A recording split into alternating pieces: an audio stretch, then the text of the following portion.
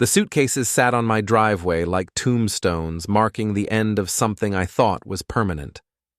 3 matching pieces of designer luggage that cost more than my monthly salary at the Neversink Herald, gleaming under the porch light like trophies of defeat. My name is Brent Marrow, and I'm standing in front of my own house at 11:30 on a Tuesday night, fishing for keys that won't work because my wife changed the locks. The woman I married 7 years ago just locked me out of my own home and announced it to the world via Facebook. "Sometimes you have to walk away from toxic men," her post read, complete with a filtered selfie that made her look like a wounded angel.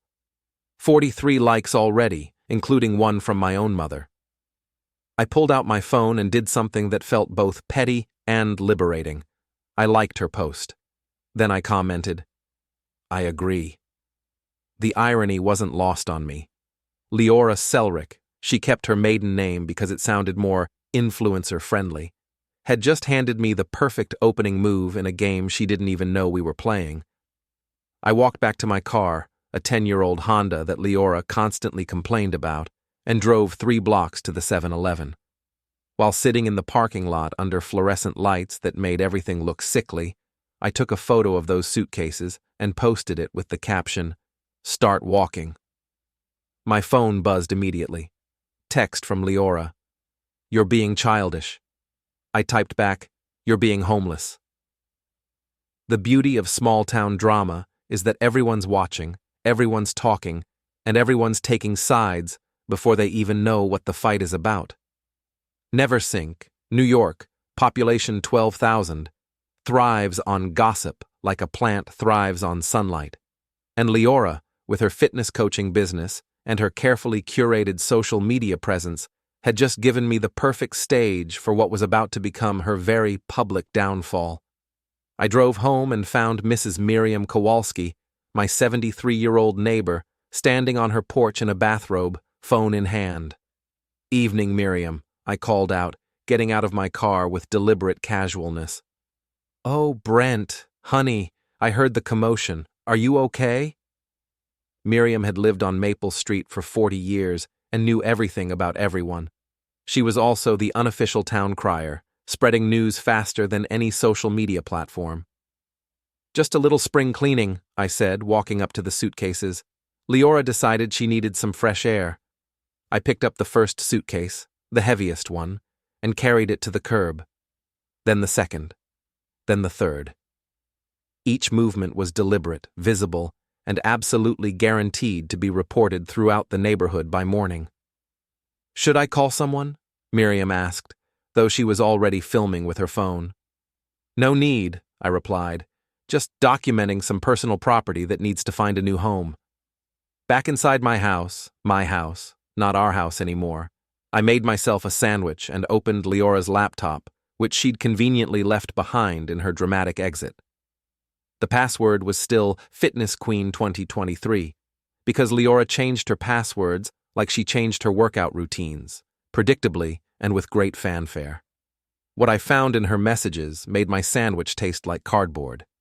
"Can't wait to get away from him," she'd written to someone named Evan G. "He's so pathetic, always making those stupid jokes. You make me feel alive again." Evan G. responded with a shirtless photo and, "Pack light, babe.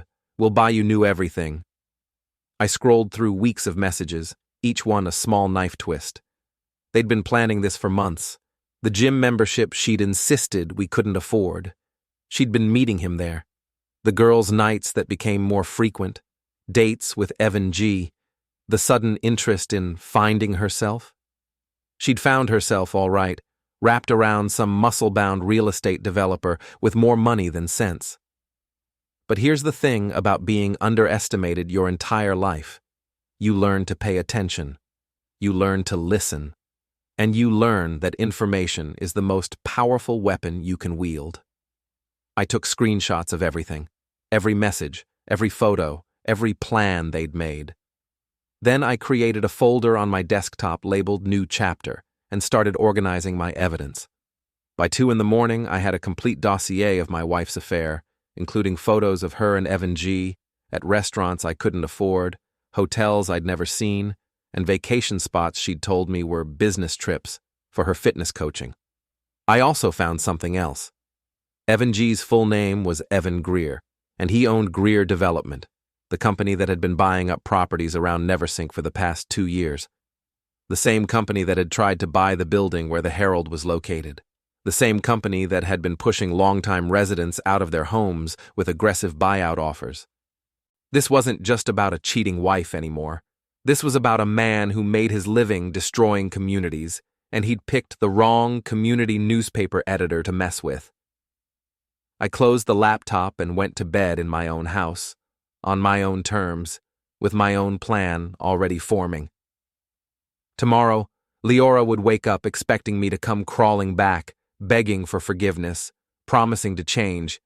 She'd expect tears, pleading, maybe some grand gesture to win her back.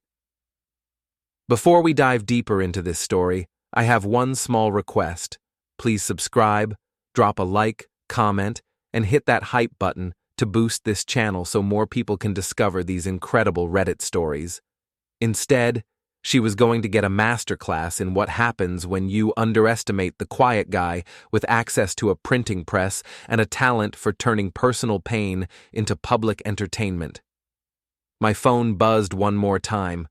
Another text from Liora. "We need to talk." I turned off the phone without responding. We'd talk all right, but it would be on my terms, in my time, and with an audience she wasn't expecting. The suitcases were still on the curb when I finally fell asleep, and I knew they'd be gone by morning, not because Liora would collect them, but because I had other plans for those designer bags and everything in them. I woke up at 6 a.m. to the sound of my phone buzzing like an angry wasp. 17 missed calls from Liora, 12 text messages, and 43 Facebook notifications. The post about her suitcases had gone viral by Neversink standards, 127 shares and counting. The suitcases were still on the curb, now damp with morning dew and looking considerably less glamorous than they had under the porch light. I made coffee, scrambled some eggs, and settled in to read the messages Liora had sent throughout the night. They followed a predictable pattern: anger, bargaining, threats, and finally desperation. "You can't just throw my stuff out like garbage. I'm calling the police. This is harassment. Please, can we just talk like adults?" I responded to exactly none of them. Instead, I called my best friend Ricky Martinez, who owned O'Malley's pub downtown and knew more about the personal lives of Neversink residents than a small-town priest. "Brent, you magnificent bastard," Ricky answered on the first ring. "Miriam Kowalski has been calling everyone in town since 6:30. Something about you finally growing a backbone?" "Something like that," I said. "I need a favor." "Name it." "What do you know about Evan Greer?" Ricky's tone shifted immediately. "That pretty boy developer? Why?" "Let's just say he's taken an interest in my personal life." "Oh, hell no." Ricky's voice carried the kind of righteous anger that only comes from genuine friendship. "That guy's been sniffing around half the married women in town. His wife doesn't know or doesn't care, but he's got a reputation." "What kind of reputation?" "The kind where he promises these women he's going to leave his wife, take them away from their boring lives, make them feel special. Then when things get complicated, he disappears. Left 3 marriages in ruins that I know of." This was even better than I'd hoped. "Any proof?" "I tend bar, Brent. I don't just serve drinks, I collect confessions. Give me 24 hours. After hanging up with Ricky, I drove to work at the Neversink Herald. Our office occupied the second floor of a building that had seen better decades, with windows that rattled when trucks passed and radiators that clanged like prisoners trying to escape. But it was mine, in the sense that I'd been running the place since the owner moved to Florida and decided to manage from a distance. My desk faced the window overlooking Main Street, which gave me a perfect view of the morning drama unfolding below. Liora's white BMW was parked outside the coffee shop, and I could see her through the window, gesticulating wildly while talking to her friend Jade Hoffman. Jade was Liora's workout partner and social media collaborator, the kind of woman who treated other people's business like her own personal entertainment. She was also, according to Ricky, jealous of Liora's lifestyle and secretly thrilled whenever her friend faced any kind of setback. I pulled out my phone and took a photo of Liora's animated conversation, then posted it with the caption, "Some people process change differently than others." Within minutes, my phone was ringing. Liora's name flashed on the screen. I let it go to voicemail. Then I called Otis Brennan, my old college roommate who'd moved back to Neversink after a career as a private investigator in Albany. Otis was the kind of guy who could find out what you had for breakfast 3 weeks ago if you gave him a reason to look. "Brent Marrow," Otis answered. "I was wondering when you'd call." "You heard?" "Brother, everyone's heard. Miriam Kowalski called my mother at 7 a.m. to make sure I knew that poor Brent was finally standing up for himself. I need some professional consultation." "About time. What do you need?" "Background check on Evan Greer, and I mean deep background, business dealings, personal history, anything that might be interesting to a newspaper editor." "Consider it done. What's your timeline?" "Yesterday. I'll have something by tonight, but Brent, whatever you're planning, be smart about it." Smart is all I've got. I spent the morning working on the paper's weekly edition, but my mind was on strategy. Liora expected me to react emotionally, to make grand gestures or desperate pleas. She'd built her entire manipulation playbook around my predictable responses to conflict, but I wasn't feeling predictable anymore. At lunch, I drove home to find the suitcases gone from the curb. For a moment, I thought Liora had finally collected them. Then I checked my security camera footage and saw something much more interesting: Jade Hoffman loading the bags into her own car at 9:30 a.m. I called Jade's number, which I still had from the days when Liora and I socialized with other couples. "Brent?" She sounded surprised and slightly guilty. "Hey, Jade. I noticed someone picked up those suitcases from my curb this morning." "Oh, that. Liora asked me to get them. She was too upset to come herself." "Where is she staying?" I probably shouldn't say." "That's fine, but I hope she knows that taking someone else's property without permission is technically theft. Not that I'm planning to press charges or anything." The line went quiet for a moment. "Those are her things, Brent. Actually, according to New York state law, anything left on someone else's property for more than 24 hours can be considered abandoned. But like I said, I'm not looking to cause trouble. I just want to make sure everything gets sorted out fairly." "What do you want?" "Nothing dramatic. Just tell Liora that if she wants to discuss dividing our assets, she can call me during business hours, like a civilized adult." I hung up before Jade could respond, then immediately posted another Facebook update. Amazing how quickly people show their true colors when they think nobody's watching. By 3 p.m., my phone had 17 more missed calls from Liora and a text message that simply read, "I'm coming over." I responded, "Doors open, bring a lawyer." She arrived 20 minutes later, still driving her BMW and wearing the kind of athletic wear that cost more than most people's monthly grocery budget. She looked good. Liora always looked good, but there was something frantic in her eyes that hadn't been there before. I met her on the front porch, deliberately staying outside where the neighbors could see us. "We need to talk," she said. "I'm listening." "Not out here. Inside." "I'm comfortable out here. It's a nice day." She looked around nervously, clearly aware that Miriam was watching from her window and that at least 2 other neighbors had found reasons to work in their front yards. "You're being ridiculous," Liora said. "I'm being transparent. Isn't that what you wanted? No more secrets? No more hiding things from each other?" Her face flushed. "You don't understand the situation." "I understand it perfectly.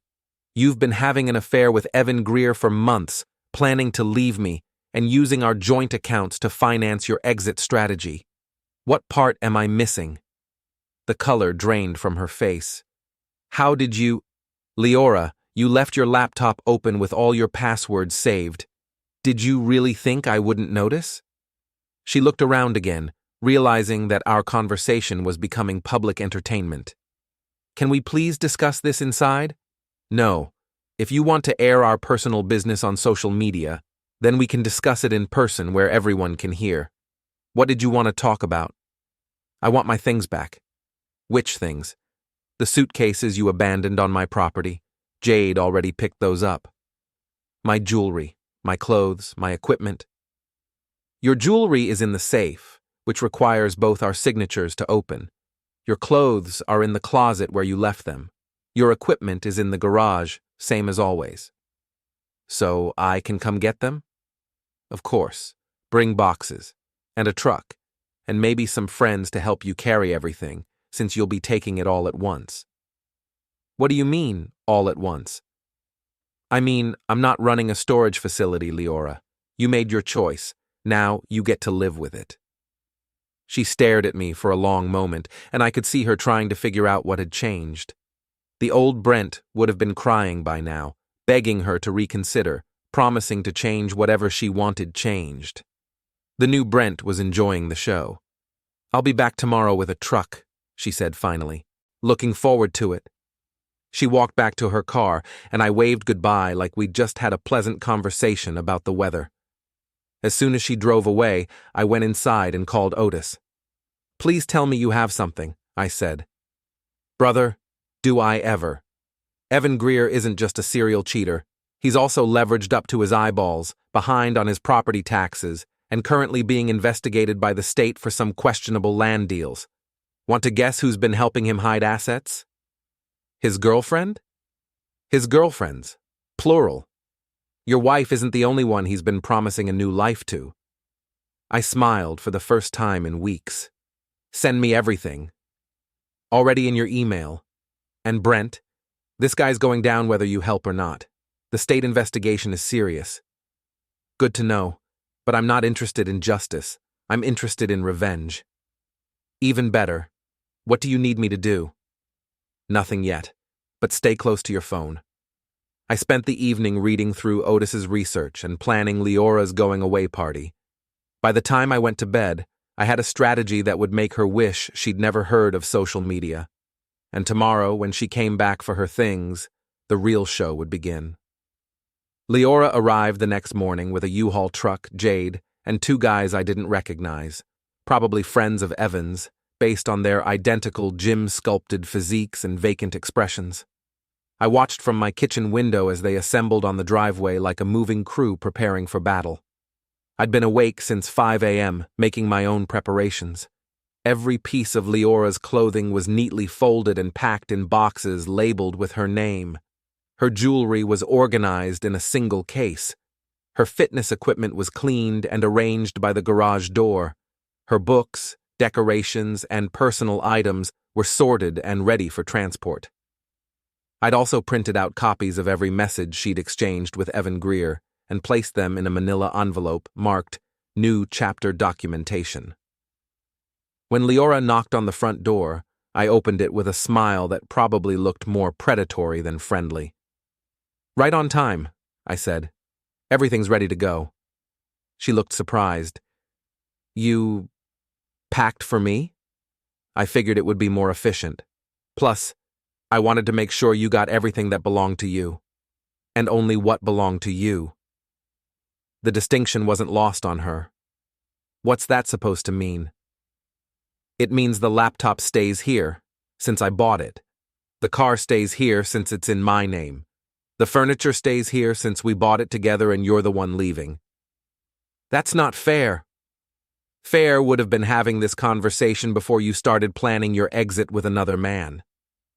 Jade stepped forward, clearly trying to defuse the situation. Maybe we should just focus on getting Liora's things loaded. Great idea, I said, handing Jade the manila envelope. These are copies of some documents Liora might need for her new living situation. Financial planning, that sort of thing.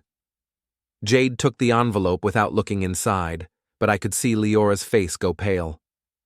What documents? Liora asked. Just some records I thought might be helpful. You know how important it is to keep good records. The next 2 hours were a masterpiece of passive-aggressive theater. I helped carry boxes, offered water to the moving crew, and made pleasant conversation with the neighbors who found excuses to watch the proceedings. I was the picture of a reasonable, cooperative, soon-to-be ex-husband. Meanwhile, Liora grew increasingly agitated as she realized exactly how thorough I'd been in separating our lives. Every shared account had been closed or transferred to my name only. Every subscription service had been canceled. Every automatic payment had been redirected.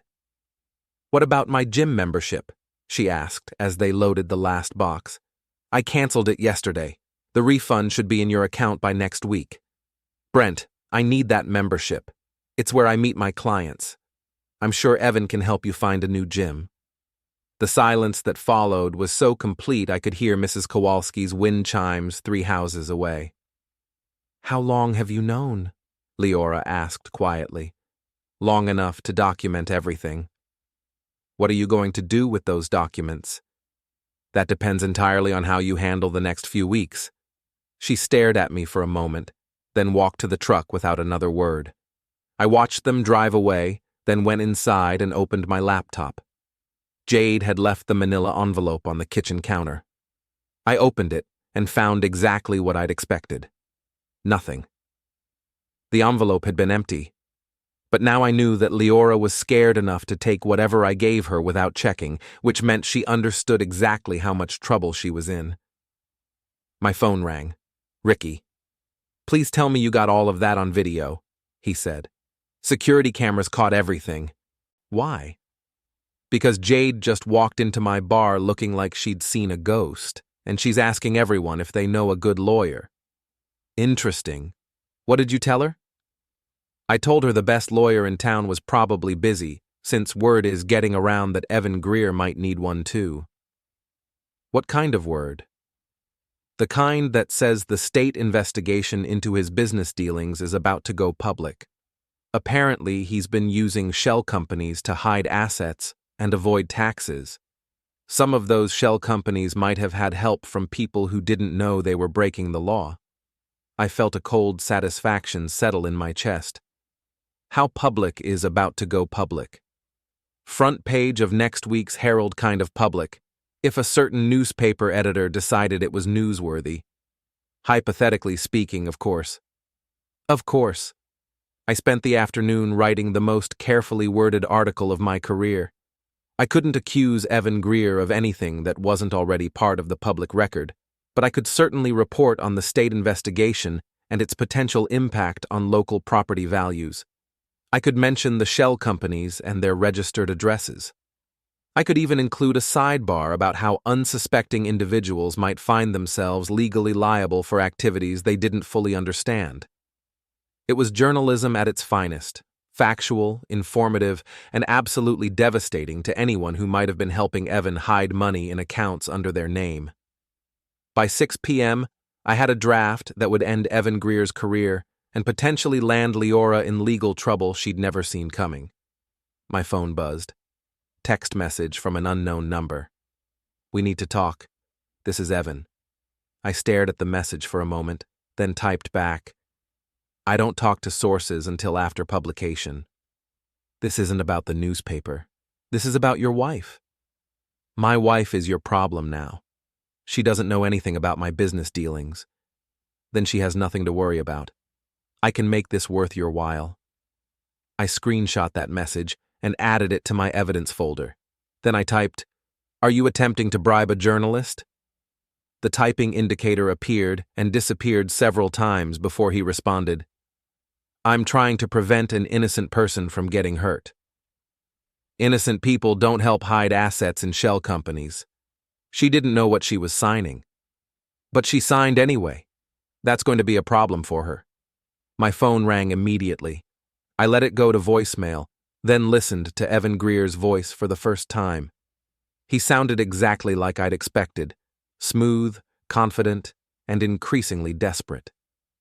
"Look, Brent, I know you're angry, and you have every right to be.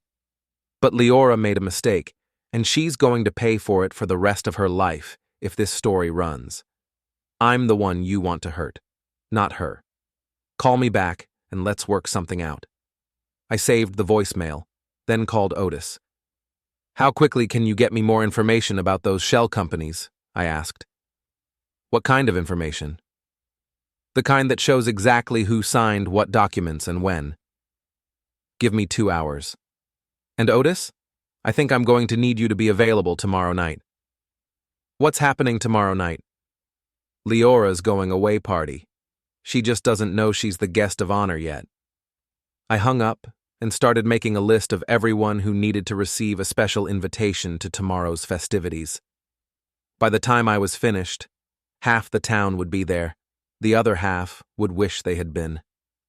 I spent Thursday morning at the Herald office, putting the finishing touches on what I'd already decided would be the most important article of my career. The headline read, "State Investigation Targets Local Developers' Financial Practices," and the subheading added, "Multiple shell companies under scrutiny for tax evasion and asset concealment." Every fact had been verified. Every quote had been sourced. Every legal implication had been carefully researched. It was a textbook example of investigative journalism, and it would destroy Evan Greer's life when it hit the stands Monday morning. But I wasn't planning to wait until Monday. Otis arrived at noon with a folder thick enough to choke a horse. "Your girlfriend's been busy," he said, dropping into the chair across from my desk. Liora Selrick's signature is on documents creating 3 different LLCs, opening 4 bank accounts, and purchasing 2 properties that officially belong to companies that don't actually exist. How much money are we talking about? Conservative estimate? About $2 million in hidden assets. If the state can prove intent to defraud, she's looking at felony charges. And if they can't prove intent? She's still looking at civil liability that could bankrupt her for life. I leaned back in my chair and tried to process the magnitude of what Liora had gotten herself into. She really didn't know what she was signing? Does it matter? Ignorance isn't a legal defense when you're talking about this kind of money. My phone buzzed. Text from Liora. "Can we please talk? This is important." I showed the message to Otis. "What do you think?" "I think she's starting to realize how deep the hole is that she dug for herself." "Good. Let her sweat for a while longer." I spent the afternoon making phone calls and sending emails. The guest list for tomorrow night's surprise party was shaping up nicely. Jade Hoffman would be there, because I'd told her I wanted to return some of Liora's things that had been mixed in with my stuff. Corey Brennan, Liora's other close friend and the town's biggest gossip, would be there because I'd mentioned I had some news about the divorce that she might find interesting. Miriam Kowalski would be there because I'd asked her to help me organize some of Liora's belongings. Ricky would be there because he was my best friend and wouldn't miss this for anything. Otis would be there because I might need a witness to whatever happened next. And Liora would be there because I was going to tell her I'd found some important documents she'd forgotten and needed to return them immediately. The location would be O'Malley's pub, which had a back room that Ricky sometimes used for private parties. It also had security cameras and a crowd of regular customers who could serve as additional witnesses if things got interesting. At 5 p.m., I called Liora. She answered on the first ring. "Brent, thank God, we really need to talk." "I agree. I found some papers in the house that belong to you. Legal documents, bank stuff, that sort of thing. I think you're going to want them back." "What kind of legal documents?" "The kind you probably don't want floating around where anyone could find them." The silence stretched long enough that I wondered if the call had dropped. "When can we meet?" she asked finally. "Tomorrow night, 7 p.m. O'Malley's has a private room we can use." "Why not just come to where I'm staying?" "Because I don't know where you're staying, and frankly, I'd prefer to have this conversation somewhere neutral." "Okay. Should I bring anyone?" "Bring whoever you want. This is just about returning your property." "What about Evan? What about him? Should he be there?" I smiled, even though she couldn't see it. "That's entirely up to you, Liora, but you might want to ask him about those documents before you decide." I hung up before she could ask any more questions. By Friday evening, everything was in place. Ricky had set up the back room with a long table and enough chairs for everyone. Otis had positioned himself at the bar with a clear view of both entrances. Miriam had arrived early and claimed a spot near the window where she could see everyone who came and went. Jade and Corey arrived together at 6:45, both looking curious and slightly nervous. "This is very mysterious, Brent," Corey said as I led them to the back room. "What's this really about?" "Just some housekeeping related to the divorce. I thought it would be easier to handle everything at once rather than drag it out." Liora arrived at exactly 7 p.m., alone and looking like she hadn't slept in days. She'd lost weight, and there were dark circles under her eyes that even her expensive concealer couldn't hide. "Where are the documents?" she asked as soon as she sat down. "They're safe. But before I give them to you, I think everyone here should understand what they are." "Everyone here?" She looked around the room as if noticing the other people for the first time. "Why are Jade and Corey here?" "Because they're your friends, and friends should know when someone they care about is in trouble." Jade leaned forward. "What kind of trouble?" I opened the folder Otis had given me and spread the documents across the table. Bank statements, incorporation papers, property deeds, and tax forms, all bearing Liora's signature and all connected to Evan Greer's shell companies. "The kind of trouble that comes from signing documents without reading them," I said. Liora's face went white as she recognized her own handwriting on page after page of evidence. "Oh my God," Corey whispered. "Liora, what did you do?" "I didn't do anything," Liora said, but her voice cracked on the words. "Evan said these were just business papers, investment opportunities." "Investment opportunities in companies that don't exist," I said, "using money that was supposed to be reported to the IRS." Jade picked up one of the bank statements. "This account has your name on it, Liora, and there's $200,000 in it. That's not my money, but it's your account, which means, legally speaking, it's your responsibility." Miriam, who had been quietly listening from the corner, finally spoke up. "Honey, you need a lawyer. Tonight." "I can't afford a lawyer," Liora said, and for the first time since this whole thing started, I almost felt sorry for her. Almost.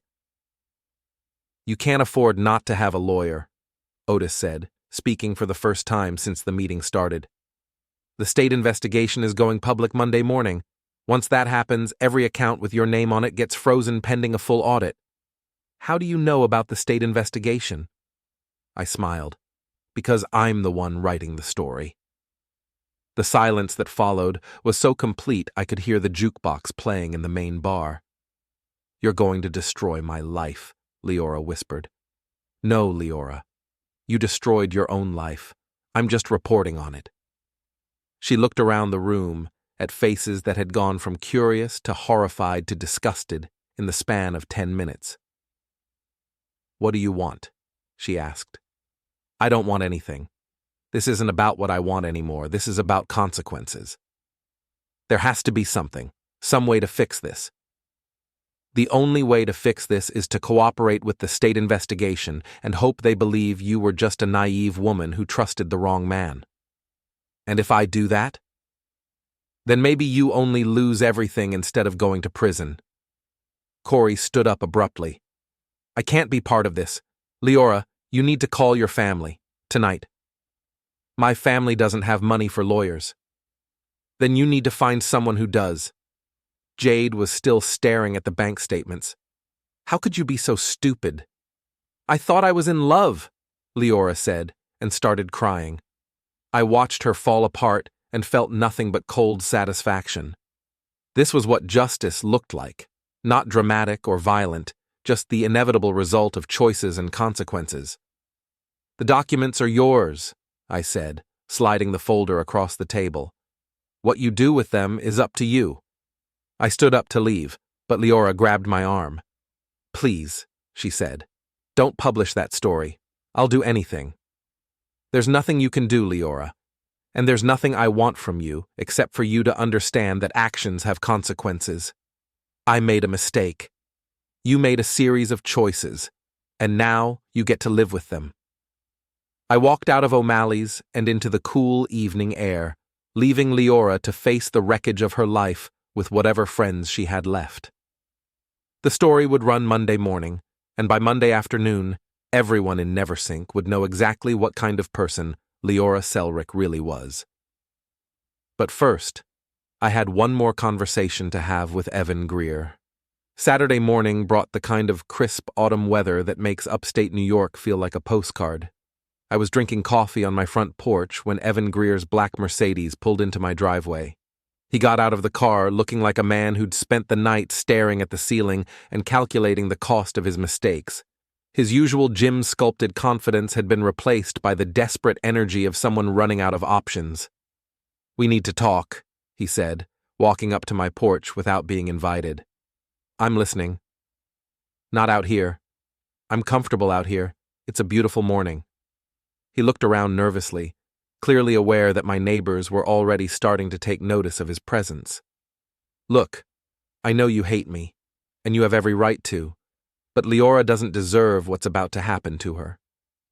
What's about to happen to her is the natural consequence of her choices. She didn't know what she was signing.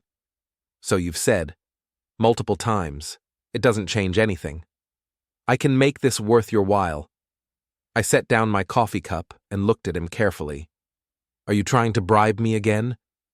"I'm trying to find a solution that works for everyone. The solution that works for everyone is for you to face the consequences of your actions like an adult. I'm not talking about me, I'm talking about Liora. Liora is a grown woman who made her own choices. She chose to have an affair. She chose to sign documents without reading them. She chose to help you hide assets from the government. Those were her choices, not yours. But she made those choices because she trusted me. And you took advantage of that trust, which makes you a predator, not a victim." He stepped closer to the porch, and I could see the desperation in his eyes. "What if I told you I could give you information about other women, other marriages I've interfered with? I'd tell you that I'm not interested in your other victims. I'm only interested in justice for this one. What if I told you I could disappear, leave town, never contact Liora again? I'd tell you that's probably a good idea regardless of what I do. What if I told you I could make sure Liora gets immunity from prosecution?" That got my attention. "How?" "I have records, communications with my lawyer, financial documents, proof that I manipulated her into signing those papers. If I cooperate with the state investigation and testify that she was an unwitting accomplice, they might give her a deal. And what would you want in return? Don't publish the story. Give me 72 hours to get my affairs in order before the state moves forward." I considered his offer for exactly as long as it took to finish my coffee. "No." "Why not?" "Because Liora doesn't get to escape consequences just because you're willing to throw yourself under the bus, and because I don't trust you to actually follow through on anything you've promised. I'm trying to do the right thing here. The right thing would have been not seducing married women and involving them in financial crimes. It's a little late for moral awakening." He stared at me for a long moment, then pulled out his phone. "I'm calling her," he said. "I'm going to tell her everything, about the other women, about the business deals, about what's really going to happen when this goes public." "Go ahead. She'll hate me." "She should hate you. You destroyed her life. But she'll also hate you for not trying to help her. I can live with that." He made the call. I listened to his side of the conversation, which consisted mostly of, "I'm sorry," and "I never meant for this to happen," and "You need to get a lawyer immediately." When he hung up, he looked defeated. "She's not speaking to me anymore," he said. "Smart woman. Too bad she didn't figure that out 6 months ago." "You really are going to destroy both of us, aren't you?" "I'm going to report the news. What happens to you and Liora depends on how you handle the investigation." "And there's nothing I can say or do that would change your mind?" "Nothing." He nodded slowly, then walked back to his car. Before getting in, he turned back to me. "For what it's worth, I really did care about her. If you cared about her, you wouldn't have put her in this position. Maybe you're right. I know I'm right. He drove away, and I went inside to put the finishing touches on Monday's story. At noon, my phone rang. Liora. He told me everything, she said without preamble. Good. Now you know what you're really dealing with. I need help, Brent. I can't handle this alone. You should have thought about that before you decided to handle your marriage alone. Please, I know I hurt you, but I'm begging you. Help me find a lawyer. Help me figure out how to cooperate with the investigation. Help me not go to prison. Why would I do that? Because despite everything that's happened, we were married for 7 years. That has to count for something. I thought about those 7 years. The good times, the bad times, the quiet moments when we'd actually been happy together. Then I thought about the messages she'd sent to Evan, the plans they'd made, the contempt she'd shown for our life together. It doesn't count for anything, Liora. You made sure of that. So you're just going to let me go to prison? I'm going to let you face the consequences of your actions. What those consequences are depends on choices you make from here on out. I can't believe you're this cold. I'm not cold. I'm just done being manipulated. This isn't manipulation. This is desperation. Good. Maybe desperation will motivate you to make better choices than love did. I hung up and turned off my phone. Sunday passed quietly. I finished the article, scheduled it for Monday morning publication, and spent the rest of the day reading and enjoying the silence of my house. Monday morning, the Neversink Herald hit the stands with a front-page story that would be talked about in coffee shops and beauty salons for months. By noon, 3 other newspapers had picked up the story. By evening, it was trending on social media. Evan Greer's development company issued a statement denying all wrongdoing, but announcing that Mr. Greer would be taking a leave of absence to focus on his family. The State Attorney General's office announced that the investigation was ongoing and that additional charges might be forthcoming, and Liora Selrick disappeared from social media entirely. I never saw her again. According to Ricky, she moved back in with her parents in Buffalo and got a job teaching fitness classes at a community center. According to Jade, she cooperated with the state investigation and received immunity in exchange for her testimony against Evan. According to Miriam Kowalski, she got exactly what she deserved. As for me, I kept the house, kept the job, and kept the satisfaction of knowing that sometimes the quiet guy with the sharp tongue gets the last word. The Neversink Herald won a state journalism award for investigative reporting, and I used the prize money to take a vacation to somewhere warm and far away from upstate New York. When I came back, there was a new woman working at the coffee shop downtown. She had kind eyes and didn't seem to know anything about my recent history. I introduced myself as Brent, and she smiled. It was a good place to start.